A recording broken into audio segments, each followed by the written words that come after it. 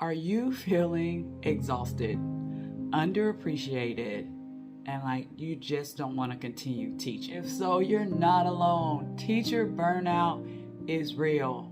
I've been there. Guys, a couple of years ago, I was stressed, anxious, depressed. I wanted to quit teaching, even though I knew it was what God called me to do.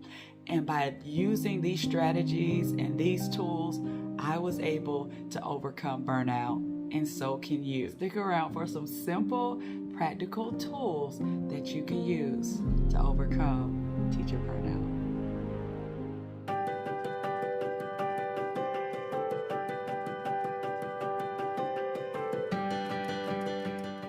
Well, hello, wonderful educators. I'm Jill Waters, your Oasis mentor here. And guys, I get it. I totally get it.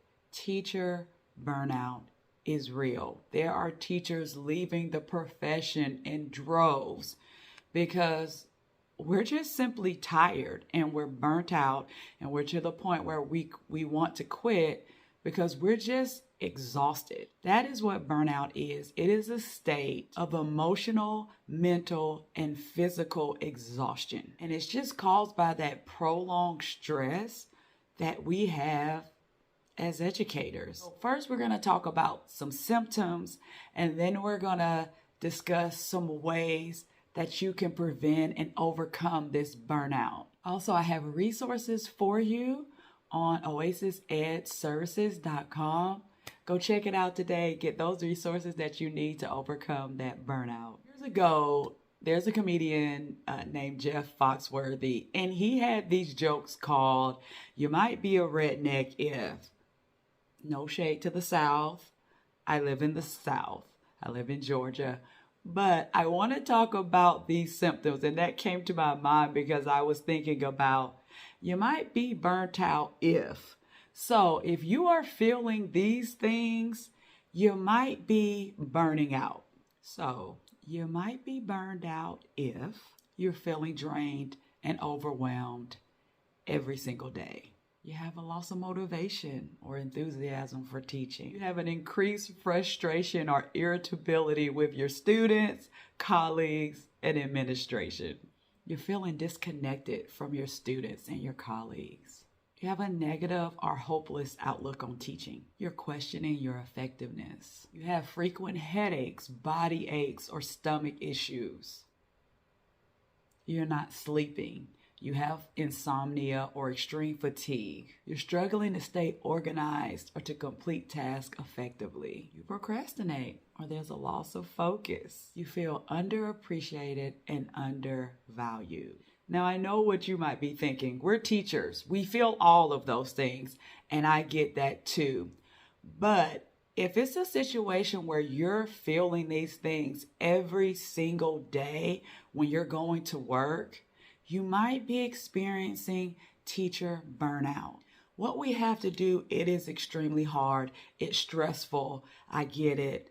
But there should be a joy in teaching. When that joy leaves and you no longer are enjoying what you're doing and you're feeling so overwhelmed that you want to quit, it's a sign that your cup is empty, or that your battery is running low, or the battery has died. So think of it this way. There's a couple of ways that you can think of it, and I love these analogies or these examples.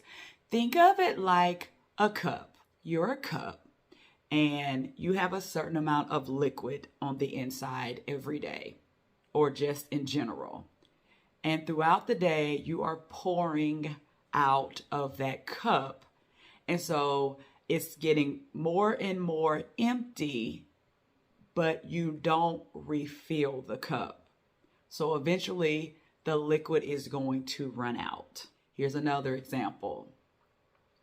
It's like a cell phone. The phone is going every day. You're using the phone or your laptop. You're using your laptop throughout the day, and you do not plug it into a charger. Over time, that battery is going to run low, and eventually the battery is going to run out. It's going to die. So these are great examples of what happens with teacher burnout. So you're giving. And if you are not replenishing yourself, then you will burn out. It is inevitable. So throughout this series, we're going to talk about ways that you can specifically recharge, specifically refill that cup. And we're going to talk about it in three areas. We're going to talk about it in three general areas. We're going to talk about how you can recharge physically, mentally, and spiritually. And these things will help you to avoid and prevent that teacher burnout. Now, we know that it's stressful, but being intentional with self-care will absolutely change everything. I get it. Like I said, been there, done that. And through intentional self-care, I'm telling you guys, you can overcome burnout and enjoy teaching again. So before I get into the specific areas in the next few videos, I want to just give you a few general things that you can do to help refill your cup throughout the day. Guys, breathe. As much as you can just step away and just breathe, or sometimes in your classroom, give yourself a moment, and you can do this with your students. Throughout the day, you usually take brain breaks with your students. Sometimes take brief breaks. Take time to inhale through your nose and exhale through your mouth. Just be present and breathe. Even just 3 mindful breaths will help to start to refill that cup, recharge that battery. Take walks. So when your students go to specials, when your students go to lunch, throughout the day, when you have chances before the students come into the class or after you drop the students off at the bus or the car rider line, take short walks throughout the day. You got to set boundaries. I know this is extremely difficult, but try not to take work home every single day. Guys, some days leave the laptop at work. And some days leave the graded papers at work. Because guess what? Most of the time when you're taking them home, you're not doing anything anyway. You're bringing the graded papers home. I've done this so many times. I will bring stacks of papers home to grade and won't grade one paper. But the graded stack sits there staring at me at the house, and it's reminding me, Jamina, you have work to do. You have work to do. You have work to do.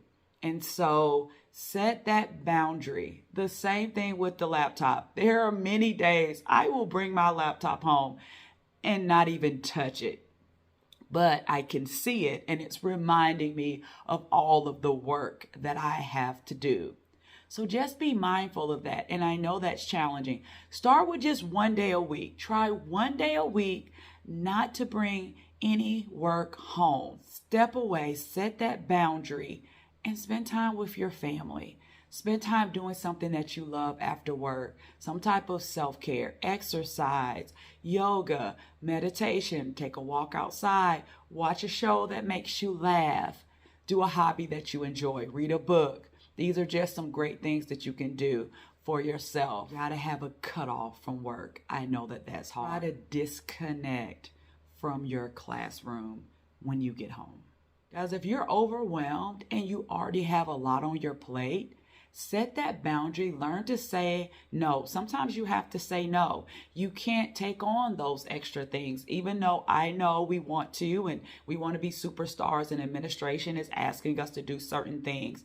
But to say, no, I can't take on this extra responsibility. I'm already overwhelmed. Know yourself, set those boundaries. And guys, talk to your administration. Let them know you're overwhelmed. Let them know the concerns that you have with your workload. You never know. Because we're talking with them, they could have some strategies or some things that they could take off your plate or help you with that will take away from that overwhelm that you feel. Seek support from others, whether it's colleagues, if it's a mentor, if it's a counselor. You need to speak to someone. If you're feeling overwhelmed and you're feeling depleted, stressed, anxious, depressed every day, and you're feeling like this in your classroom as well as at home every day, it's time to seek support from others around you. There's no shame in asking for help. I have more than one counselor, multiple counselors, multiple mentors. I have siblings and friends and a spouse that I reach out to often because our workload is so huge. We have to be even more intentional to take care of ourselves to overcome that burnout. Focus on what you can control. I have the tendency to want things to be perfect. I struggle with perfectionism. And so I have to realize sometimes things are out of my control. They won't be perfect. Jamina, you're doing the best that you can do. Give yourself grace and focus on what you can control. Find small wins throughout your day and celebrate that progress. Keep a gratitude journal to remind yourself why you started teaching and the wonderful things about teaching for you. So guys, as always, I love being on this journey with you.